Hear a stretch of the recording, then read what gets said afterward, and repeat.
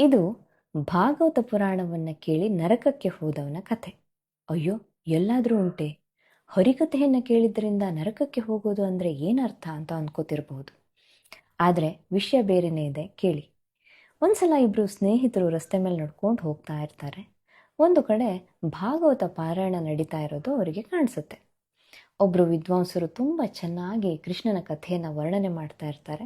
ಒಂದಿಷ್ಟು ಜನ ಭಕ್ತಿಯಿಂದ ಅದನ್ನು ಆಲಿಸ್ತಾ ಇರ್ತಾರೆ. ಈ ಸ್ನೇಹಿತರಲ್ಲಿ ಒಬ್ಬನು ಇನ್ನೊಬ್ಬನಿಗೆ ಹೇಳ್ತಾನೆ, ಬಾ ನಾವಿಬ್ಬರು ಹೋಗಿ ಕೂತ್ಕೊಂಡು ಕೇಳೋಣ, ನಾವು ಸ್ವಲ್ಪ ಪುಣ್ಯ ಸಂಪಾದನೆ ಮಾಡ್ಕೊಳ್ಳೋಣ ಅಂತ. ಇನ್ನೊಬ್ಬನಿಗೆ ಅಷ್ಟೊಂದು ಮನಸ್ಸಿರೋದಿಲ್ಲ, ಆದರೂ ಇವನ ಜೊತೆ ಹೋಗಿ ಕೂತ್ಕೋತಾನೆ. ಒಬ್ಬನು ಕೃಷ್ಣನ ಕಥೆಯನ್ನು ಕೇಳೋದಕ್ಕೆ ಶುರು ಮಾಡ್ತಾನೆ. ಇನ್ನೊಬ್ಬನು ಆ ಕಡೆ ಈ ಕಡೆ ನೋಡಿ ಒಂದೆರಡು ನಿಮಿಷ ಕಾಲಹರಣ ಮಾಡಿ ಅಲ್ಲಿಂದ ಪರಾರಿ ಆಗ್ತಾನೆ. ಹಾಗೆ ಹೋದವನು ಬಂದು ತಲುಪಿದ್ದು ಎಲ್ಲಿ ಗೊತ್ತಾ?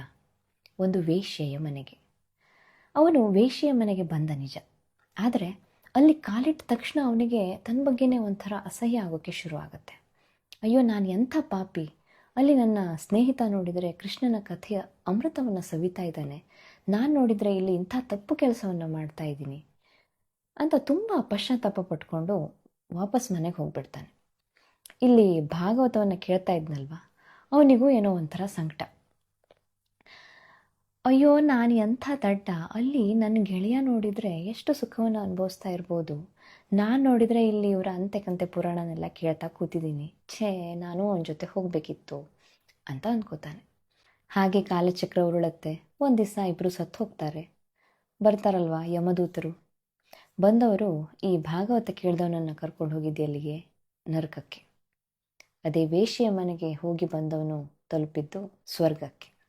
ಅಂದರೆ ನಾವು ಎಲ್ಲಿದ್ದೀವಿ, ಏನು ಮಾಡ್ತಾ ಇದ್ದೀವಿ ಅನ್ನೋದಕ್ಕಿಂತ ನಮ್ಮ ಅಂತರಂಗ ಎಷ್ಟು ಪರಿಶುದ್ಧವಾಗಿದೆ ಅನ್ನೋದೇ ಭಗವಂತನಿಗೆ ಮುಖ್ಯ ಆಗುತ್ತೆ. ಎಷ್ಟರ ಮಟ್ಟಿಗೆ ನಮ್ಮ ಮನಸ್ಸು ಭಗವಂತನಲ್ಲಿ ನೆಲೆಗೊಂಡಿದೆ ಅನ್ನೋದರ ಮೇಲೆ ಭಗವಂತನ ಕೃಪೆ ನಮಗೆ ದೊರೆಯುತ್ತೆ ಅನ್ನೋದು ಈ ಕಥೆಯ ತಾತ್ಪರ್ಯ.